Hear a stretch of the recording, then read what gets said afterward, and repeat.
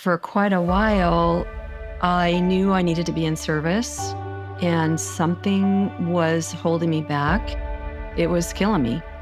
I was not going to stop until I found it. What do you mean it was killing you? Something you said still sticks with me, and I hear it almost every day in my head. You've got to get yourself out of the way. Stop focusing on you and focus on how can I help people? When we help people, we automatically start transforming ourselves. I used to blame my husband for so many things. The money situation, I didn't feel supported. Now that you're helping people, how are you feeling differently about yourself? I feel lighter, I feel free, I feel like I'm in my purpose. It's night and day. It's like I just have this fire inside me that is just lit. And it just feels really, really good. The very thing you're afraid of is what will get you to your transformation that you want.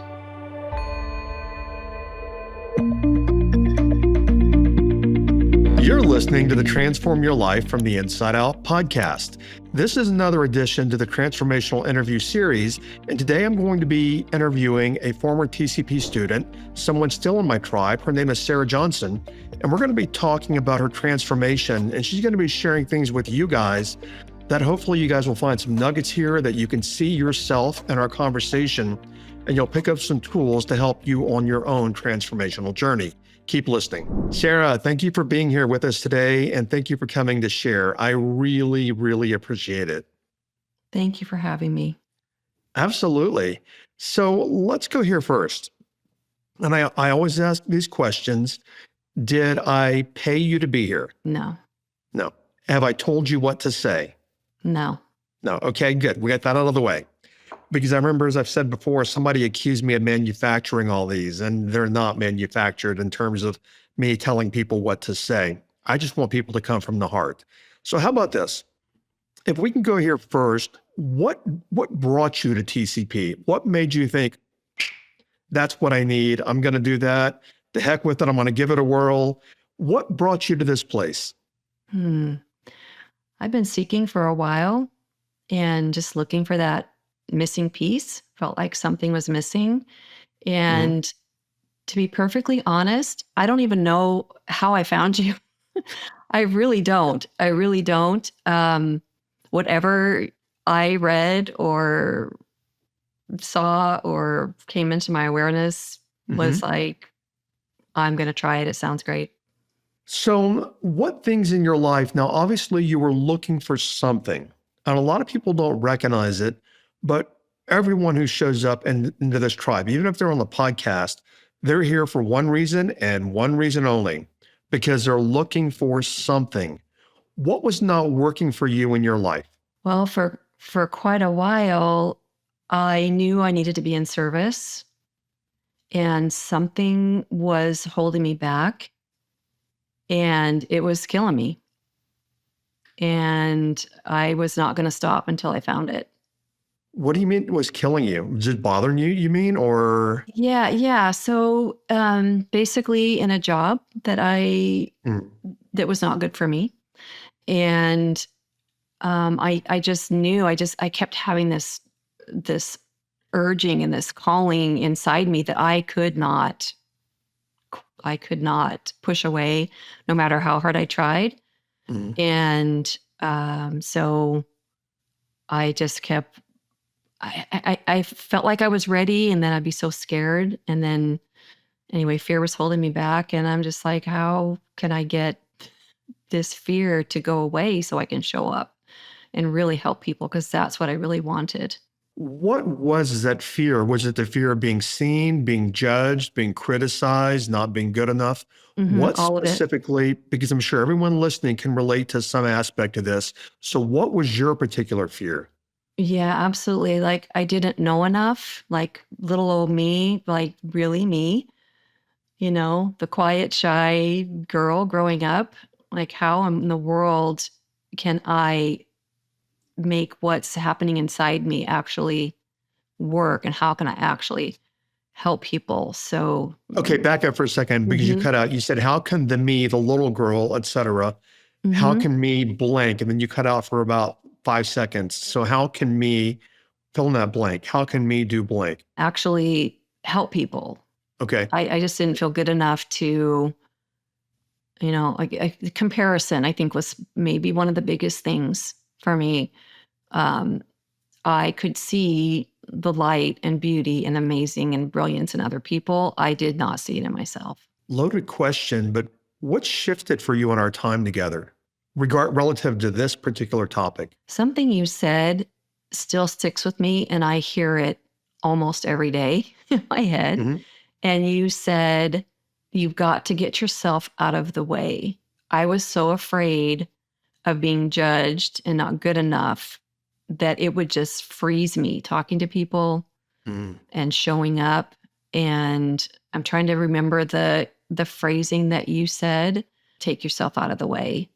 Yeah, I often mention Martha Graham, the dancer, and she said, it's not your job. There's an energy that comes through you. It's not your job to judge how good it is. Then what I probably did with you, because this happens with many, many, many TCPers, is many people come into the tribe and they feel the same way. What can I share? I'm not good enough. Why would people listen to me? And you Mm-hmm. probably were in that same place. Mm-hmm. And when I said take yourself out of the equation, what I probably said, which is what I constantly say, is stop focusing on you Yes. and start focus. Okay, so that hit, that That's it. resonated, right? That's it. Stop focusing on you and focus on how can I help people? Because when you're Mm-hmm. focused on you, we get into, but what if they laugh at me? What if I'm not good enough? What if I don't know enough? But when we actually focus on other people, all of that goes away. And when we help people, we automatically start transforming ourselves. Would Mm-hmm. that be fair to say that applied to you? Yes. Okay. So before we started, you said that, and we'll talk about where people can find you in a bit. You said that you've already created a website now, and it's going to be live next week or so. So you are making progress towards this help that you want to deliver to people, correct? Yes. Has anyone in your family noticed you showing up in different ways since our initial time in TCP? Yes. Especially my husband, family members, What would your husband friends. say if I ask him how is she showing up differently now? Because people listening or watching, they only know you from this recording. I know you from the very first week at TCP, and you are quieter and more reserved even today, but you were a church mouse in the corner when we first started TCP. I mean, you Mm-hmm. were way back in the back row, so to speak, of like church, so to speak. So what would your husband say has changed in you? Um, Caring so much less about what other people think. Mhm. Um, and what hasn't changed? Um, Before you keep going there, that's interesting because what we don't recognize is all these fears that you had that, oh my gosh, what are people going to think about me? In the 11th, 12th, or 13th week, I don't recall where I asked it, but it's in the PDF. What does your partner give up to be in relationship with you? And if you're worried all the time about what people are going to think about you, and he's not worried about it or not worried as much, you pull him backwards, which is actually very challenging because it's like he's trying to swim and you've got his ankles pulling him backwards because you were into, oh my God, what are people going to think about me? mhm. So, where are you with that now? How do you manage that now? How do you feel about what people think about you? I don't hardly care anymore. I mean, that might sound callous, um, but I was like, if I show up and people think I'm weird, then good, then I'm being myself. Uh, it's just completely different. Uh, So, you're I authentic. used well, I used to ruminate. I'd say something. I used to never speak up because I would say something and it would be so painful to ruminate on what did I say over like a whole week or Mm. even longer. And now I just don't do that. I just don't do that anymore. One of the number one things that people say, and you can confirm or deny this, is many people think they're coming for money. And we do talk about that a lot, but they think they're coming for money. And which I have asked people before, what's the number one thing you got from TCP? I'll hear everything like you said, well, what hasn't changed? And I've heard people say, I was on antidepressants and I'm off, or I was on lifetime medication and I stopped, or I was going to get a divorce and now we're happier. I hear all these kind of things.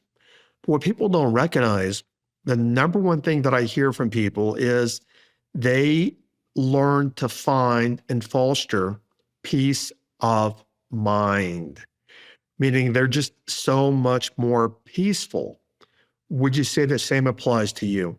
Oh, yes, absolutely. How do you think our time facilitated that? I think you help us to go inside and realize how much taking responsibility for ourselves and what we create in the world is our responsibility, and the choices. I mean, there's so many things, but taking 100% responsibility for the way I feel, the way I perceive other people, the way I do anything. It's all me. It is not someone else. And I used to blame my husband for Mm, so many things, my parents, things like that. But my husband and we've been together a long time, and I blamed him for so many things. And when I stopped blaming, and like you said, what is it costing him to be in a relationship with me? He was having to show up in a certain way because of me. He mm, almost had to do that with the connection and just the way the universe works. That's one thing I really have learned too in TCP is everything has everything to do with me. It's all coming from me. mm. And if it's all coming from me, then that actually takes the blame from anyone else. And if I'm creating my own reality and I can take 100% responsibility for myself, then I have so much more control over my own life, my own destiny, my own Yeah. creation. Because if I created it, then I can uncreate it, or I can move forward and create what I You can want. change it, right? Right. How about this? For whatever you feel comfortable sharing, when you said, because if you explain it further, I'm sure other people will resonate. When you used to blame your husband for blank, what things would you blame him for? The money situation that I was in, that I Mhm. created, I didn't feel supported. Do you think you were in victim mentality and he Yep. wasn't supporting you because so you were probably you're nodding your head for people that are only listening. So you were in victim mentality, which you Mhm. probably also had a fair amount of self pity with that. You're my Mhm. husband. You're supposed to, support me emotionally. Now I'm in victim mentality and I'm going to stay in my crap and you're not buying into it. So therefore, you're not supporting me. Does that resonate at all? Yes, absolutely. Mhm. Let's go here because it's behind you now. That's not the life you live anymore. How do you think he felt? How challenging do you think the relationship was have you ever asked him how challenging it was from his point of view? But yet you were the pebble in the shoe, but you're blaming it on him. How did he feel in this? Oh, it was not good for a while. Do you ever talk about divorce? Right. I mean, it didn't really come up that way, in a loving way. It was, what are we doing? In a loving way. There was no meanness or anything about it. Well, Um, you'd been together a lot of years, and I know mhm, that you love him, but you guys mhm, might have been wondering, he as well, am I with the right person anymore? hmm. Is this the person I'm supposed to be with? Possibly. And it was more like I was so unhappy. he was like, I just want you to be happy. And I'm like, I always thought I was happy. I really wasn't. It was all fake. And the mask was like strong. Yeah. I feel teary eyed thinking about it because I was like, wow, I realized I was not happy. But you're not that person anymore No. either. Yeah. And your physiology and your body language changes when I say you're not that person anymore. Right. And the reason why is because TCP gave you tools. Mm-hmm. So I want to ask a promotional question about TCP. Do you think you would be where you are? And are you happy in your relationship now? Let me ask that first. Yes. You're happy. Okay. Mm-hmm. Do you think you would be there had you never registered in TCP? I don't think so. Where do you think you would be? I might still be blaming him for everything. Yeah. And then at some point when that happens, the other party's like, I can't deal with this anymore. I love you, but I can't deal with this anymore. It's just, it's too hard to be in a relationship with you. Mm-hmm. So I think it's fair to say that you, and I don't want to take credit, but I want to demonstrate the power of what we do. You wouldn't be, number one is you didn't know how to get out of it, right? No. You didn't know how to change. Mm-mm. You wouldn't be where you are today. And I'm only going to speculate, and you can negate. I'm only speculating now that you're in a happier place, a happy place now, but you wouldn't be there without the mentorship from myself and the coaching team. Is that fair to say? Yes. And you would Absolutely. most likely be back in the same rut you were in prior to us ever having met or worked together. And that is, it's his fault. It's his fault. How did that affect, you'd mentioned the daughter before. How did that affect your kids, or did it, or do you think it affected your kids from the way that you were being and the way you were being to your husband? Absolutely. I have 3 children, and Ages? they are, one is almost 40, one is almost 38, and the other one's almost 32. Okay. So, okay. I didn't, you look great for whatever your age is. Thank So whatever you're doing works. That Phoenix sun, I guess, with sunscreen, but vitamin D. Yeah. Okay. So you have 3 kids. Mm-hmm. And I don't want to ask you a question that's hard to answer for you, but when you were being this old way, this old you, which I'm going to just call it victim mentality, Mm-hmm. and it affected the relationship, how do you think it affected the kids? It affected them a lot because on top of that victim mentality, I was a people pleaser and was always trying to make sure everyone was happy. And At the expense of your own happiness. right. And so I would jump in, even at work. I could look back and people would come to me, with things, and I just wanted to fix it. I wanted to jump in. I wanted to be the, that mother fixer figure that had all this compassion and empathy, but it was actually enabling. So I actually enabled people. I realized that by not letting them stand in their own power and trying to jump in and help. So Did you do that with your husband also, even though you're playing victim? Would you also enable him, which we do, healthy and unhealthy, but do you feel like you enabled him in any way to stay in his old patterns? the only way that I could say that I enabled him was that he was having to, because of me and the way I was, he was having to show up and actually be the bad guy. He was actually having to show up in ways that I'm sure he didn't like. And I know he didn't like. And so now he's the bad guy. He's the one that's holding the line or, keeping things steady and trying to keep the peace. And he's actually was looked at as the perpetrator because I was a victim. That's an interesting comment, because what a lot of people don't recognize, if you are unhappy, many times your partner wants you to be happy. But if you're unhappy, I'm just going to say it. I can say this to any of us. If you are unhappy, you're dragging down your partner. Yeah. because they're trying to, like, what can I see all the time. What can I do to help? I just want you to be happy, Sarah, but you're unhappy and you're in victim mentality. I'm over here wanting a happy relationship with my wife and my partner, but my partner's unhappy. So therefore, I'm not experiencing the kind of joy in my life that I could, because why? My partner's miserable and unhappy and in victim mentality over here, which was probably the role you were playing. But you said something vital. You didn't even know that you were doing it. You knew something was off, but everyone listening, please listen very carefully. Many times we are sabotaging ourselves, but we don't even know that we're sabotaging ourselves.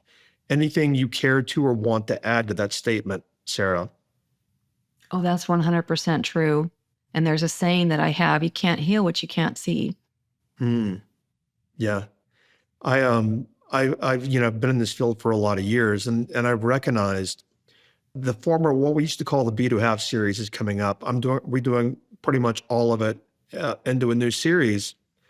But the main point of that series is awareness, because we can't heal, we can't air quote fix what we can't see. So we don't Right. even know we're doing these things. And what I've recognized with people, you have a lot different and a nicer disposition. But sometimes when I would tell people they were in victim mentality, they'd get mad. They'd be mad about it. I'm not a victim. What do you mean? And then I've had many people say, oh my God, I was a victim, but I didn't even recognize that I was in it. Mm-hmm. So let's go back a year ago. And of course, we'd have to have a relationship to be able to say this. But if somebody said, Sarah, you're really being a victim, what would you think about that? I would have said, no, I'm not. What do you mean? Yeah. And it's not about me. What are you saying? What are you thinking? It's not about me. Yeah, I definitely understand that. So we'll move on here, but how is your relationship with your husband today? We're still working through some things, but it's really good. Have you noticed also that when you change, he automatically changes also to correspond? Yes, 100%. Yeah. So you got a much healthier, happier, enjoyable relationship today. That is awesome. So you Yes. said you wanted to talk about relationships and you wanted to talk about money, which, by the way, 50 to 60% of people are challenged with relationships and probably 80% are challenged with money. Before I ask you any questions about it, what do you want to share and why do you want to share about money? I had accumulated a lot of debt, and actually a lot of that debt was it. You can look back and think it was selfish, but it was actually because I was wanting to get ready to help other people. I was looking for more knowledge. I was looking for because I didn't feel like I was good enough. So I spent a lot of money on courses and things like that. I just kept like spending money and spending money and spending money and didn't even realize how much I was spending. Yeah, And I was so miserable. I just thought, okay, that next course, the next thing is going to be the answer for me. And I was I was doing that, thinking unselfishly that I was doing it for other people. I was going to help the family. I was going to make the money and help people be able to make money and serve and actually be helping my husband and I in our retirement and everything. And sure. I was just completely going backwards. I'm sure there was more strain in the relationship also, because he's probably thinking, okay, you're getting ready to get ready to get ready to get ready. It's still costing more money. We still have more money rolling out.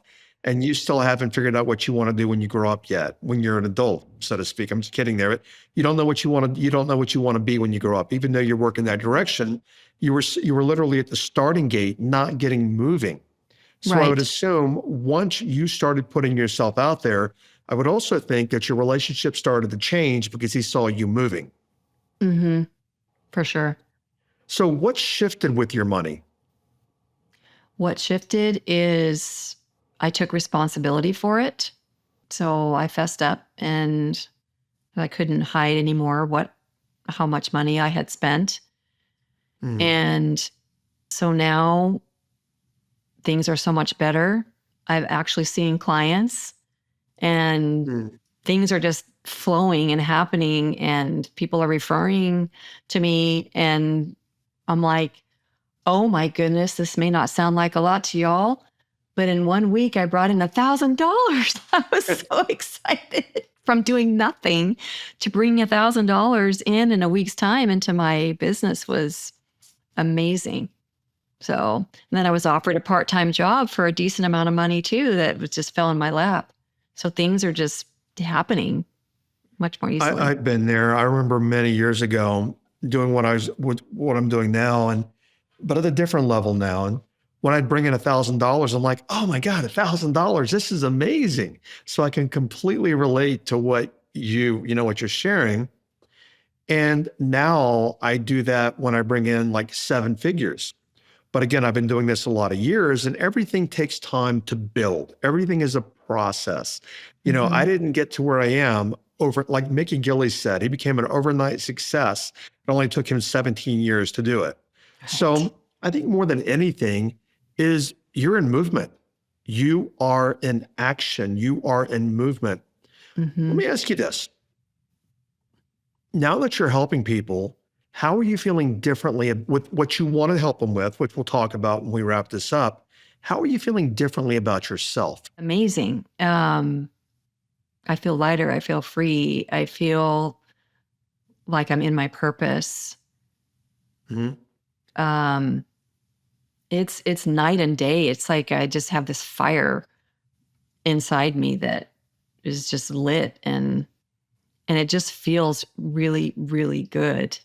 And some things, I think because I've surrendered and let go of a lot of the things you said in TCP, we just need to take the focus off ourselves, and the fire is it's just growing, and it Let's feels go amazing. There for a second. So yeah. If you ranked your self-worth on a scale from 1 to 10 prior to TCP, 10 being the most, where would you say your appreciation of yourself, your self-worth would have been on that scale? Probably a 2 or 3. Okay. Where would you say you are now? It's a 10. Wow. It's a 10. Wow. Again, guys, I didn't pay her to say anything. I didn't tell her what to say, but here's what I tell people a lot of times. And you're experiencing this is number one, I'm just going to say it directly. All these blind spots you had no awareness of them. And even people listening have blind spots they don't have awareness about. And they think, oh, okay, I can just listen to the podcast and that's enough. Would you say that just listening to the podcast is enough? It's not quite enough. It might be for some people, but I would say no. I would say no. Being in a container, being in the group, like committing and going all out, really, if you want to change and transform, you have to just dive in with both feet. You can't really just meander on the sidelines. It takes courage and work. That's what I was going to ask you, that C word, because before you dove in, there's so many people that want to dive into TCP, but they're afraid. So let's say you're having lunch with someone and they say, Sarah, you've been through TCP. I've seen you change. You've got dramatic changes. I want to do TCP also, but I'm afraid. What would you tell them, Sarah? I would say the very thing you're afraid of is what will get you to your transformation that you want. Interesting. The very thing you're afraid of is what's going to get you to where you want to go. I don't want to skip over a thought that I started earlier, open the loop. So you're feeling better, you're taking action, you're helping people. And this is what I say inside TCP a lot. And I can say it on the podcast, but people don't get it until they remove the obstacles and they start doing it. But our own transformation is in helping other people transform.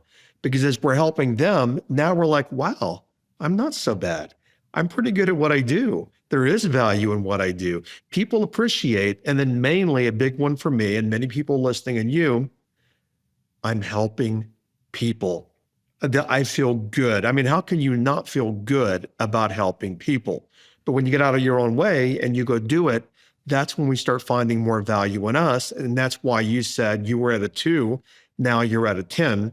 But for people listening, I want to share, and I've been there, is the worst thing I ever tried to do was fix things, improve things myself, because I couldn't see my blind spots until I had coaches or people that say, you're shooting yourself in the foot here and here and here and here.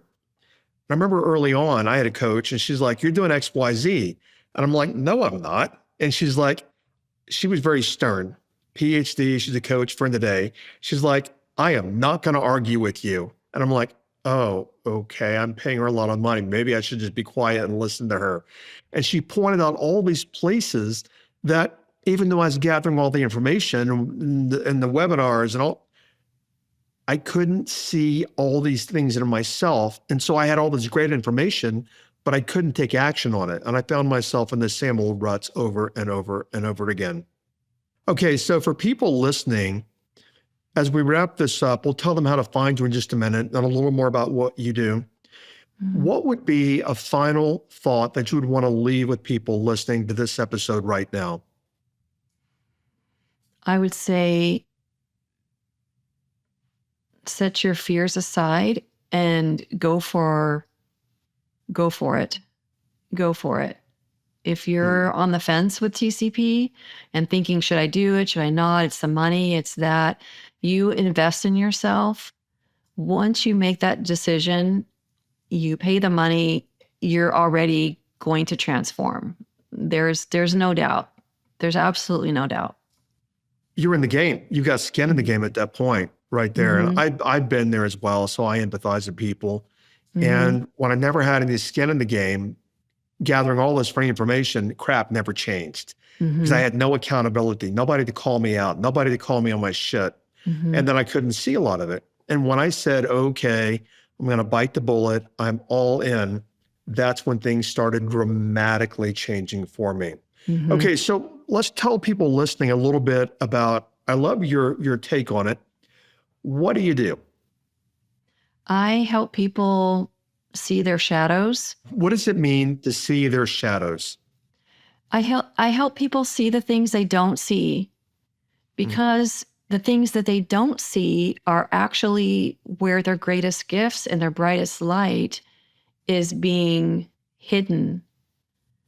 People don't realize, just like you said earlier in the podcast, that if you don't see it, you don't see it. You just really don't. And if you're stuck in any way, then you've got to go for the shadows. You've got to go for the parts of you that you've disowned, that you reject. You got to love every single part of yourself. And that's one of the things that happened to me in TCP, was that I loved everything. I embraced and loved everything, all parts of me, all of these things, that the victim mentality, the blaming, all of those things actually were gifts in disguise for me. Yeah. And so once they were uncovered and I was able to see them for what they were and love myself and not beat myself up because of this or that, or the way I think I should be or should not be. Once I integrated all of me and just was like, this is the way I am, and showed up unapologetically, then everything changed. And the community helps people do that, because in TCP, as you recognize, nobody's judging anybody in TCP. Everybody, we're all there together. We're all working through our shit. We're all on this planet. And it's a community that's giving you the support you need without judgment, because many people in TCP share things that they don't even share with their own family, but we know it's a safe place to be. What I want to share here, though, as we wrap this up and we talk about your own website, if I were listening to this, somebody could say, wait a minute, she helps people see the shadows. Why couldn't she see the shadows in herself? And the reality is, even a lot of my own stuff, Don Javier helps me for things that I can't see. But like in business, for example, marketing, I can help anybody with their marketing. Show me your marketing, boom, I can tell you exactly where it's off.